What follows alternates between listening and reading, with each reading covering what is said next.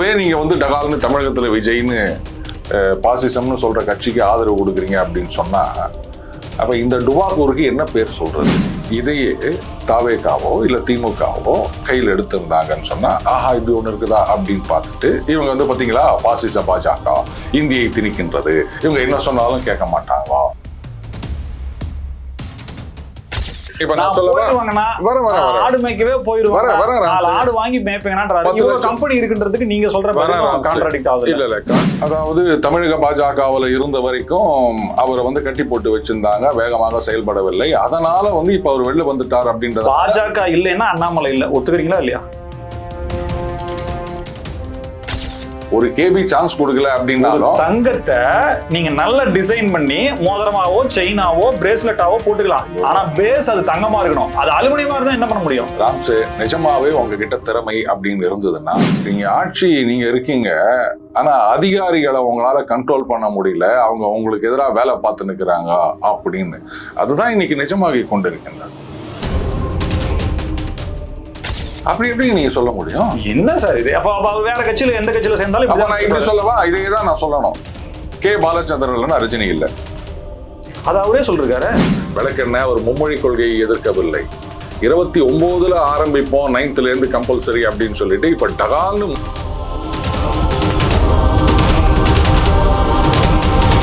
Spectrum Tamil நேயர்களுக்கு வணக்கம். நம்மோடு அரசியல் விமர்சகர் டெய்லி பஞ்ச் அருண் இருக்கிறார், பேசலாம் சார். வணக்கம். வணக்கம் ராம்ஸ். அண்ணாமலை அவர்கள் துவங்கிய தனி அந்த இயக்கம், அதை சார்ந்து பாஜகவிலிருந்து விலகியது அப்படின்றது நீங்களே சில கருத்துக்களை பதிவிட்டுறீங்க. இருந்தாலும் அண்ணாமலைக்கு ஆதரவாக இத்தனை லட்சம் பேர் சேர்ந்தாங்க, அதுவும் நிமிடத்திற்கு நிமிட லைவ் கமெண்ட்ரி வர நிலையில எதிராகவும் கருத்துக்கள் உலா வருது.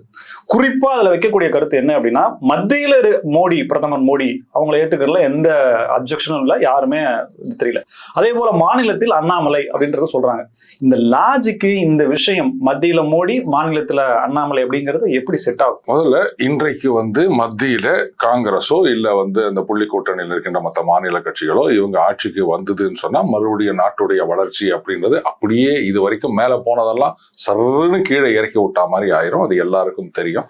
அதனால தான் வந்து மத்தியில் மோடி அப்படின்றது வந்து அசைக்க முடியாத ஒரு கருத்தாக இருக்கின்றது. அதே சமயத்துல இங்க மாநிலத்துல பாஜக, இதை வந்து பாஜக ஆட்சின்னு உங்களால சொல்ல முடியுமா? பாஜகவினரே சொல்ல மாட்டேங்கிறாங்க.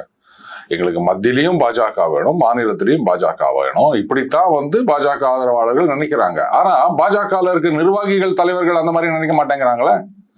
மத்தியில மட்டும் வந்து பாஜக ஆட்சியில் இருந்தா போதும், தமிழகத்துல பாஜக ஆட்சி அப்படின்னு சொல்றதுக்கே தயங்குறாங்களே. அப்ப அதை எப்படி நீங்க ஏத்துக்க முடியும்? சரி, இங்க வந்து அண்ணாமலை மத்தியில மோடி அப்படின்றது எப்படி ஒர்க் அவுட் ஆகும் அப்படின்னு கேக்குறீங்க. இது வந்து அண்ணாமலை ஆதரவாளர்களை பார்த்து நிறைய பேர் வைக்கின்ற கேள்வி. அண்ணாமலையை தீவிரமா எதிர்த்து கொண்டிருக்கின்ற ஒரு மூத்தவர், அதுக்கு மேல நான் எதுவும் சொல்ல விரும்பல, அவர் வந்து இந்த தமிழகத்துல ஜோசப் விஜய் அவர்கள் முதலமைச்சராக பதவியேற்ற பிறகு அவர் சொல்றாரு, நான் இனிமே தமிழகத்துல விஜய், டெல்லியில மோடி. எப்படி இதை ஏத்துக்க முடியும்? அவர் வந்து ஒரு தீவிர பாஜக ஆதரவாளர். அவரை வந்து நீங்க இல்லைன்னு சொன்னா யாரும் நம்ப மாட்டாங்க. அவரே அதை வெளிப்படையா சொல்லிக்கிறவர். அவரே வந்து தமிழகத்துல விஜய், டெல்லியில மோடி அப்படின்னு சொன்னாருன்னா இப்ப நீங்க அவர்கிட்ட போய் கேட்டிருக்கணும், எப்படிங்க இவங்க வந்து இதை பாசிசம்னு சொல்றாங்க, கூட சேர்த்துக்க மாட்டேன்னு சொல்றாங்க, நீங்க பாஜக ஆதரவாளர், தீவிர ஆதரவாளர், அப்படி இருந்துச்சு நீங்களே வந்து இங்க தமிழகத்துல விஜய் அப்படின்னா அப்ப இங்க தமிழகத்துல பாஜக உங்களுக்கு வேணாமா? அப்ப நீங்க இந்த மாதிரி சொல்லலாம், ஆனா நீங்க அண்ணாமலை எதிர்க்கிறீங்க, அவங்க ஆதரவாளர்கள் அப்படி சொல்லக்கூடாதா அப்படின்னு நான் கேட்டா என்ன பதில் சொல்வீங்க நீங்க?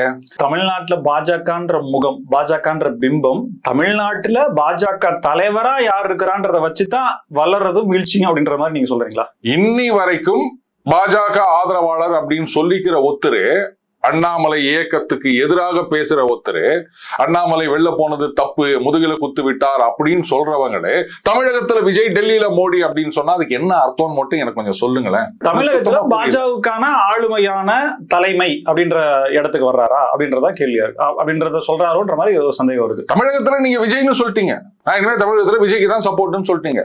எப்படி வந்து தாவேகா பாஜகவுடன் கூட்டணியில இருக்காங்களா? அப்புறம் எப்படி நீங்க இந்த மாதிரி சொல்ல முடியும்? நீங்க உண்மையான பாஜக ஆதரவாளர் அப்படின்னு சொன்னா எந்த ஸ்டேட்டா இருந்தாலும் நான் பாஜக அப்படிதானே சொல்லணும். தமிழ்நாட்டுல மட்டும் நான் இங்க தாவேகா, டெல்லியில வந்து மோடி அப்படின்னா அவர் அண்ணாமலை ஆதரவாளர் கிடையாது. இப்போ தீவிர எதிர்ப்பாளர்.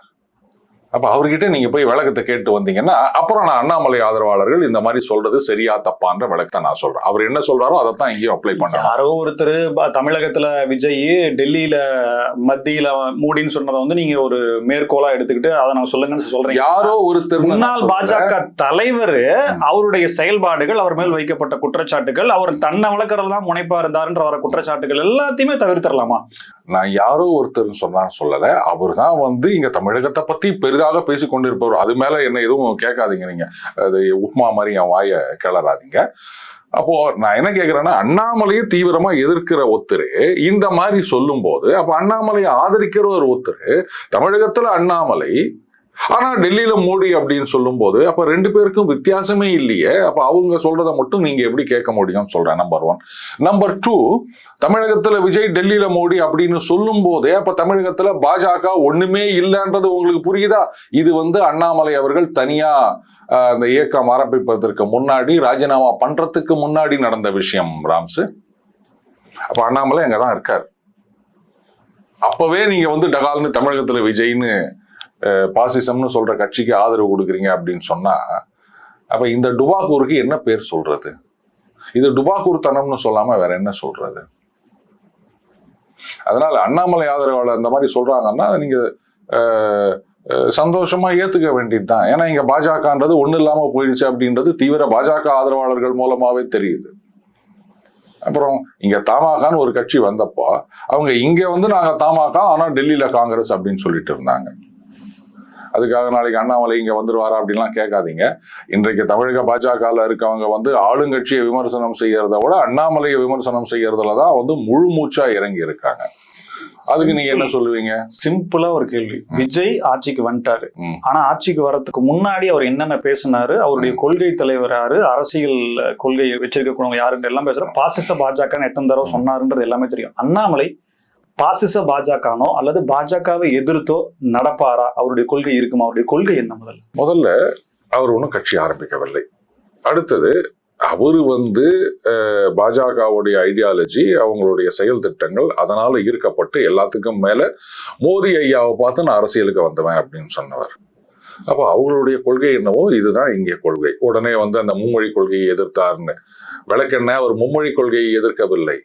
29ல ஆரம்பிப்போம் 9th இருந்து கம்பல்சரி அப்படின்னு சொல்லிட்டு இப்ப டகால்னு முன்ன பின்ன சொல்லாம நீங்க 26ல இருந்து 9th இருந்து கம்பல்சரி அப்படின்னு சொல்றீங்களா? அந்த பசங்க என்ன பண்ணுவாங்க? கஷ்டப்பட மாட்டாங்களா?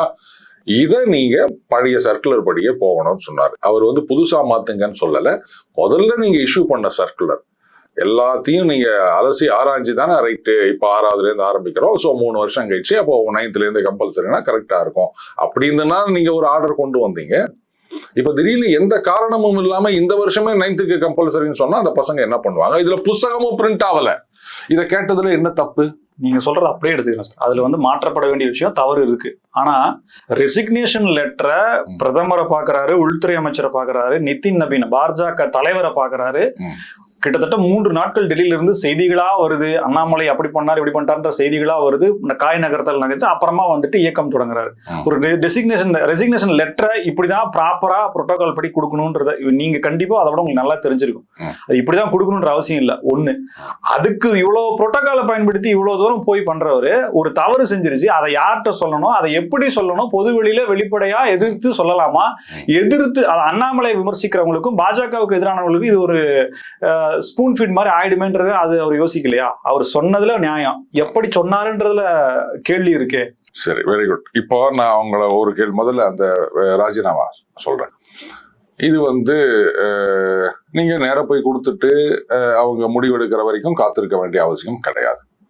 நீங்க பாட்டுக்கு நான் ராஜினாமா பண்றேன் அப்படின்ட்டு ட்விட்டர்லயே கூட சொல்லிட்டு போயின்னே இருக்கலாம். யாரும் உங்களை கேட்க போறது கிடையாது. ஆனாலும் எந்த அளவுக்கு அவர் வந்து மேலிடத்தின் மீது மரியாதையை வைத்திருந்தார் அப்படின்னு சொன்னா 2ஆம் தேதி அது டேட்டட் அந்த லெட்டர் அதை கொடுத்துட்டு அவங்க சொன்னாங்க அப்படின்னு காத்திருந்தார்ன்றது எல்லாருக்குமே தெரியும். ஸோ அந்த மரியாதையை அவர் இன்னும் வந்து மெயின்டைன் பண்ணிட்டு இருக்காரு. நம்பர் 1.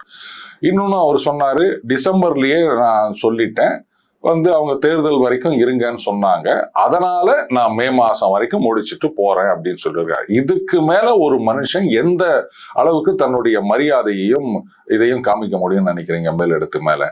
நம்பர் 1. நம்பர் 2, இந்த சிபிஎஸ்இ விவகாரத்தை வந்து காதும் வச்சா மாதிரி சொல்லியிருக்கணும். இதுதான் எல்லாரும் சொல்றது. ஏன்னா கட்சிக்குள்ள இருக்கவங்களே நீங்க இது மாதிரிலாம் பேசலாமா? அப்ப எதிர்கட்சிக்கு வந்து வெறும் வாயை மெல்றவளுக்கு அவள் கொடுத்தா மாதிரி ஆயிப்போச்சு அப்படின்னு சொல்லிட்டு. Very good. இப்போ இந்த வருஷத்துல இருந்தே கம்பல்சரி அப்படின்றது மாற்றப்பட வேண்டியது. இதுல உங்களுக்கு ஒன்றும் சந்தேகம் கிடையாது இல்ல? சரி, இவர் காதும் வச்சா மாதிரி பண்றாருன்னு வச்சுக்கோங்களேன். இதையே தாவேகாவோ இல்ல திமுகவோ கையில் எடுத்திருந்தாங்கன்னு சொன்னா, ஆஹா இப்படி ஒண்ணு இருக்குதா அப்படின்னு பார்த்துட்டு இவங்க வந்து பாத்தீங்களா பாசிச பாஜக இந்தியை திணிக்கின்றது, இவங்க என்ன சொன்னாலும் கேட்க மாட்டாங்க அப்படின்னு மறுபடியும் ஆரம்பிச்சிருவாங்க. டோட்டல் டேமேஜ் யாருக்கு? தமிழக பாஜகவுக்கு. இப்ப அண்ணாமலை அவர்கள் இந்த விஷயத்த முதல்ல கையில் எடுத்த உடனே இன்னைக்கு தாவேகாவோ இல்ல இந்தி திணிப்புக்கு எதிராக நாங்கள் தான் போராடுகின்றோம், மொழியை காப்பாற்றுகின்றோம் அப்படின்னு சொல்ற திமுகவோ இதை பத்தி வாயா திறந்தாங்களா? ஏன்னா முதல்ல ரைஸ் பண்ணது அவரு. இப்போ அந்த சர்க்குலரை வித்ட்ரா பண்ணாங்கன்னு சொன்னா credit will go to Annamalai. இவங்க வந்து கிரெடிட் எடுத்துக்க முடியாது. அவர் ஏற்கனவே பேசிட்டாருப்பா, நீங்க என்ன 2 நாள் கழிச்சு நிதானமா வந்து பேசுற, இவ்வளவுதான் உங்க டக்கான்னு கேட்பாங்க. இன்னைக்கு தாவேகா திமுக இந்த விஷயத்த கையில எடுத்தாங்களா? சுத்தமா ஒண்ணுமே இல்லை. பாத்தீங்கல்ல, சத்தமே காட்டல. ஆனா இது முதல்ல அவங்க நாலேஜுக்கு வந்து அவங்க கையில எடுத்திருந்தாங்கன்னா விஷயமே வேற மாதிரி இருந்திருக்கும். இப்ப இந்த சர்க்குலரை மாத்தினாலும் திமுக கையில் எடுத்திருந்தாங்கன்னா பாத்தீங்களா, நாங்க போராடி அந்த சர்க்குலர் வித்ட்ரா பண்ண வச்சிட்டோம். சோ இன்னி வரைக்கும் தமிழகத்தை இந்தியிலிருந்து காப்பாற்றுவது திமுக தான் அப்படின்னு சொல்லியிருப்பாங்க. இன்னைக்கு சொல்ல முடியாம போயிடுச்சு இல்ல? இதை யாராவது யோசிச்சீங்களா? அதனால எதுவா இருந்தாலும் காதும் வச்சா மாதிரி செய்யணும்னா முதல்ல நீங்க இதை செஞ்சதே தப்பு. யார் கொடுத்த ஐடியான்னு தெரியல. இதுதான் நான் திருப்பி சொல்றது. சுப்பிரமணிய சாமி அவர்கள் அடிக்கடி சொல்வாரு, நீங்க இருக்கீங்க, ஆனா அதிகாரிகளை உங்களால கண்ட்ரோல் பண்ண முடியல, அவங்க உங்களுக்கு எதிராக வேலை பார்த்து நிற்கிறாங்க அப்படின்னு. அதுதான் இன்னைக்கு நிஜமாகி கொண்டிருக்கின்றது. அதாவது இன்னைக்கு அந்த சிபிஎஸ்இ ஓஎஸ்எம் அந்த விஷயத்துல வந்து சார் இதுல ஏதாவது நடந்திருந்ததுன்னா மந்திரிக்கும் இதுல சம்பந்தம் இருக்குமான்னா, மந்திரிக்கு சம்பந்தம் இருக்கும்லாம் நான் நினைக்கல. ஏன்னா அந்த மாதிரி எல்லாம் அவங்க கிடையாது பாஜக மந்திரிகள்.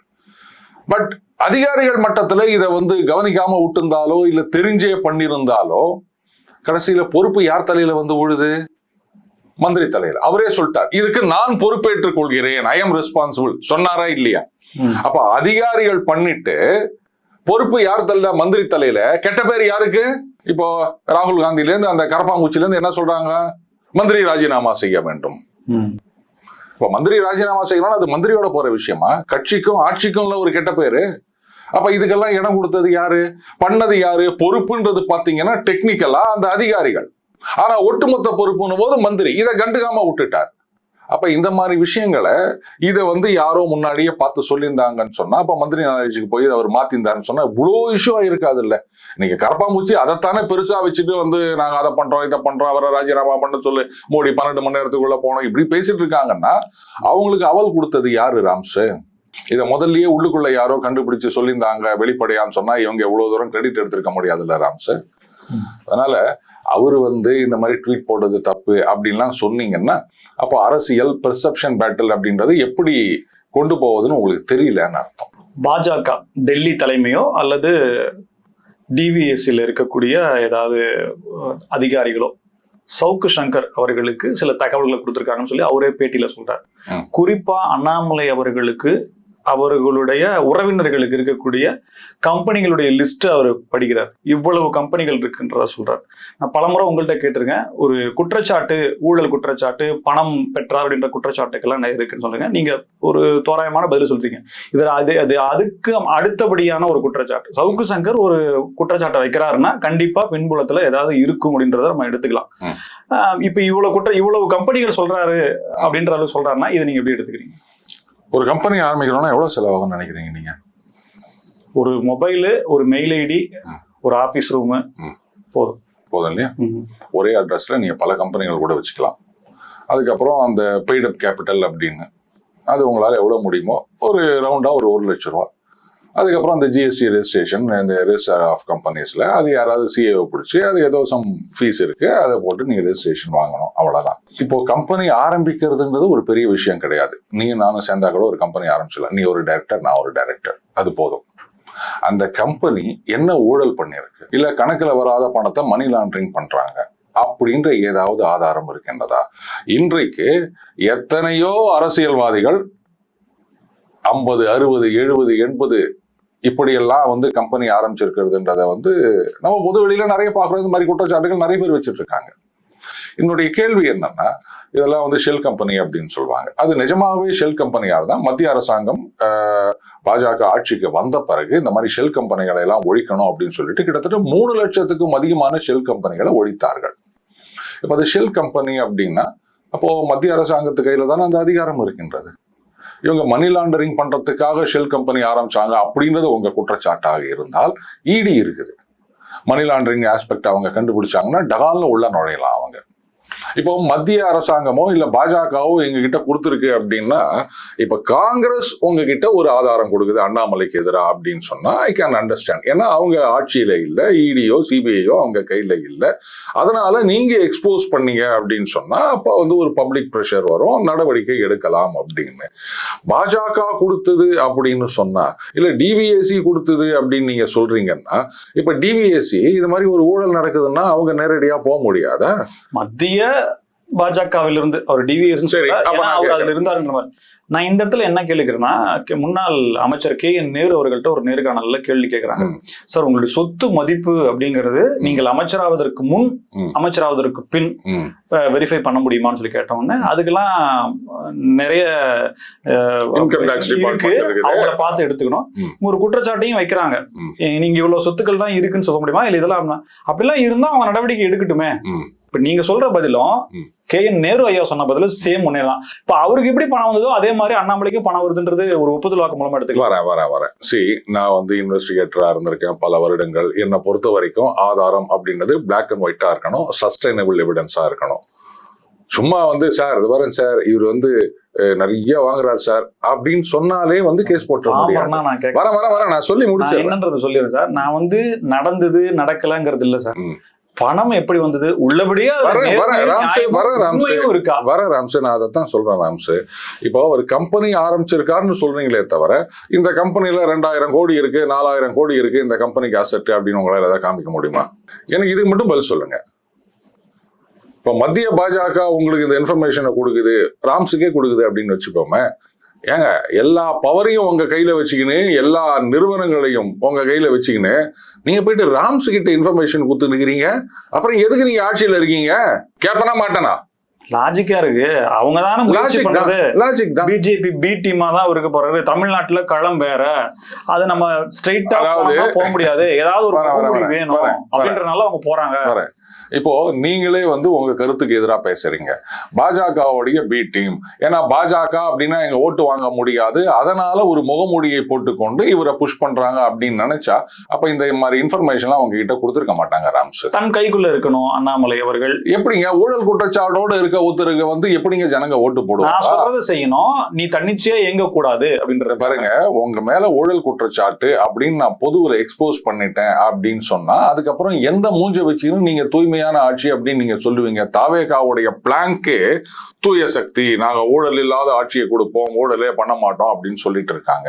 அண்ட் இங்க அதிமுக திமுக பரம்பரையா ஆட்சியில் இருந்த கட்சிகள், அவங்களுக்கு எதிராக வைக்கின்ற குற்றச்சாட்டு இது ஊழல் கட்சிகள். இன்னைக்கு கூட அறப்போர் இயக்கத்துல சொல்லியிருக்காங்க. அந்த வைத்தியலிங்கம் அவர்களா, முன்னாள் மந்திரி, அவர் வந்து திமுகல போய் சேர்ந்த உடனே அவருக்கு எதிரான அந்த இதெல்லாம் வாபஸ் வாங்கிட்டாங்க, க்ளோஸ் பண்ணிட்டாங்க அப்படின்னு ஒரு குற்றச்சாட்டு வைத்திருக்கின்றார்கள். அப்போ ஊழல் கட்சிகள்னு இவங்க சொல்றீங்க.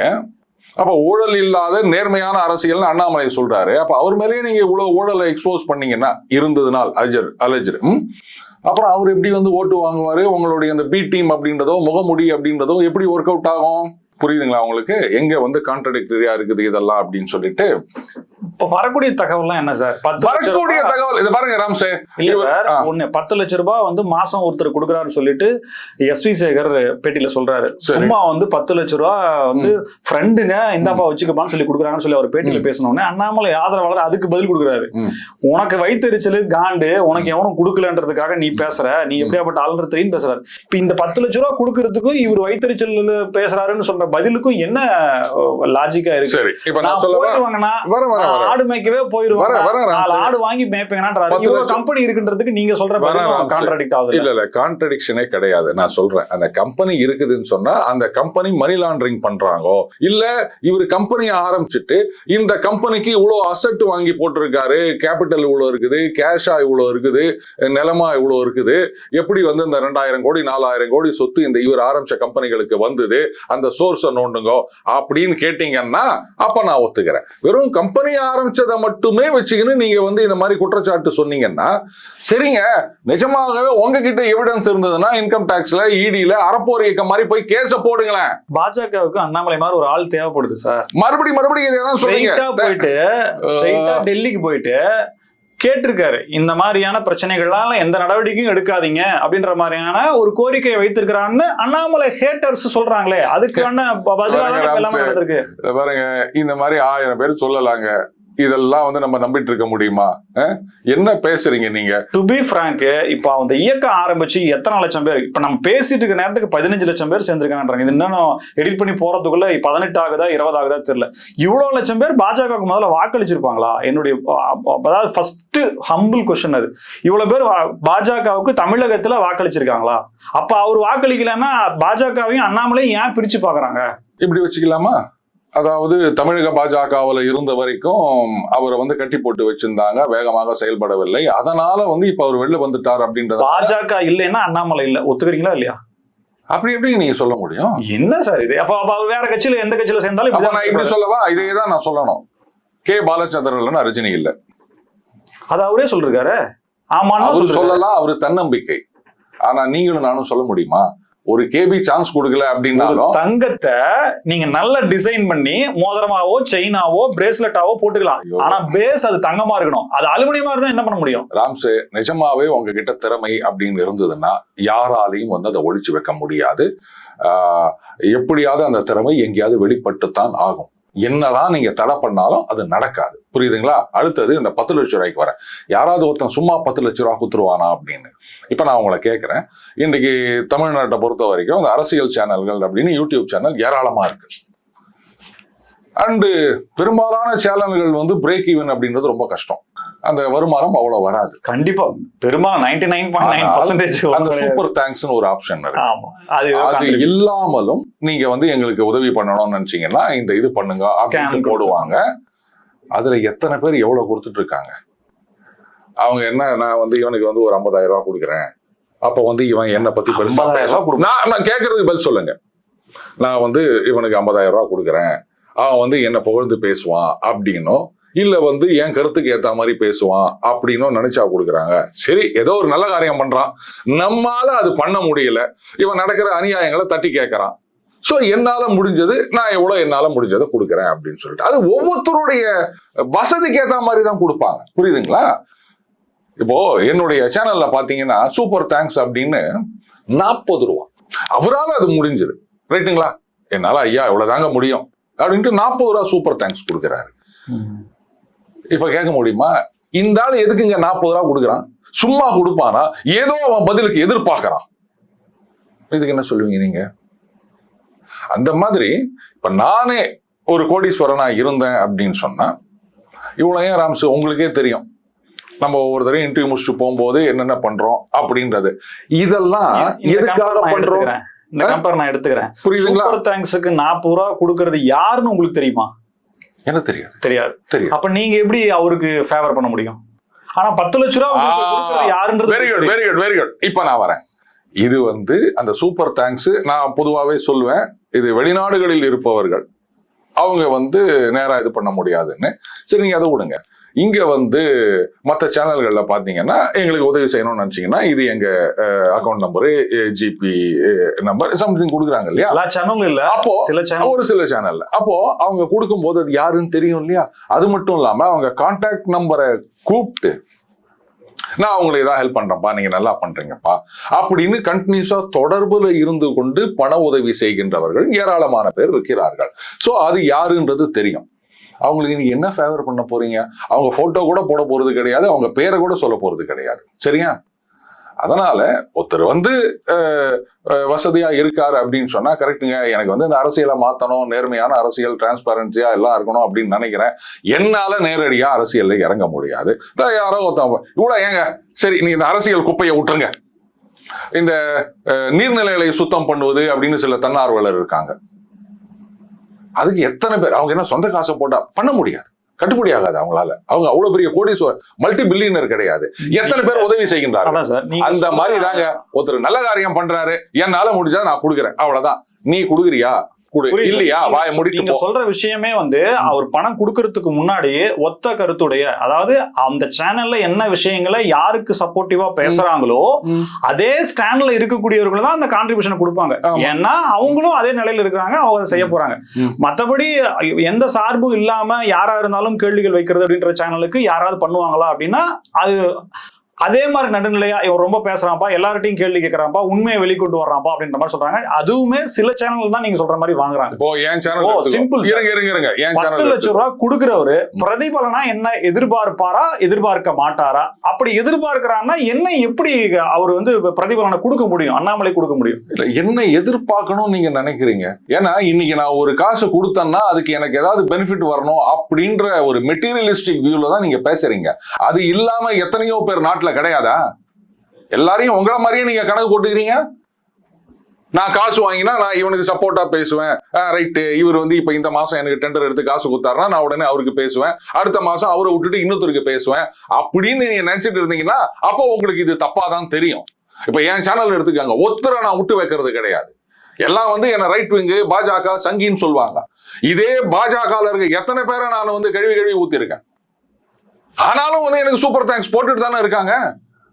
அதுலயே சொல்லுவாங்க, சார் நீங்க வந்து பினான்ஸ் மினிஸ்டர் ரொம்ப கலாய்க்கிறீங்க சார், இது ரொம்ப தப்பு சார், அவங்க அரசியல்வாதி இல்ல சார். கான்ட்ரிபியூட் பண்றவங்களே இந்த மாதிரி சொல்லியிருக்காங்க. இதுக்கு என்ன சொல்றீங்க? அரசியல்வாதி இல்லைன்னா அரசியலை விட்டு போயிருங்க. உங்க வீட்டுக்கு வந்து உங்க காருக்கு டிரைவரா ஒருத்தர் வந்துட்டு அவர் என்ன குண்டக்க மாட்டேங்க சார், நான் டிரைவர் கிடையாது சார் அப்படின்னு சொன்னா விட்டு வைப்பீங்களா நீங்க? அந்த மாதிரி தானே இருக்குது. இப்படியே நான் கேட்டிருக்கேன். சோ ஒருத்தர் காசு கொடுத்தாருன்னா பதிலுக்கு ஏதாவது அவருக்கு செஞ்சே ஆகணும், இல்ல அவர் எதிர்பார்ப்பார் அப்படின்ற ஒரு தப்பான எண்ணத்தை விட்டுருங்க. எந்த விதமான எதிர்பார்ப்பும் இல்லாமல் உதவுகின்றவர்கள் இந்த உலகத்துல நிறைய பேர் இருக்காங்க. அவங்களை ஏன் உங்களுக்கு தெரியறது இல்லை அப்படின்னு சொன்னா அவங்க வந்து பெருசா போர்டு எழுதி வச்சுக்கிறது கிடையாது. நான் இவ்வளவு கொடுத்தேன் அவ்வளவு கொடுத்தேன், நீ எனக்கு ஆதரவா பேசு அப்படின்னு. அப்படிப்பட்ட நல்ல உள்ளங்களும் இருக்கின்றது. நிச்சயமா சார். காய்த்த மரம் தான் கல்லடிபடும், வைரம் பட்டை தீட்டத்தான் ஒளிரும். அதுபோல காய்த்த மரமாகவும் இன்னும் பட்டை தீட்டப்பட்ட வைரமாகவும் அண்ணாமலை அங்க அதற்கு போவாரா அப்படின்ற மாதிரியான கேள்விகளுடைய நம்ம செல்ல வேண்டியதா இருக்கு. கருத்துக்களுக்கு நன்றி. நன்றி ராம். மீண்டும் சந்திப்போம். மனிதர்கள் ஸ்பெக்ட்ரம் தமிழோட நன்றி நேயர்களே.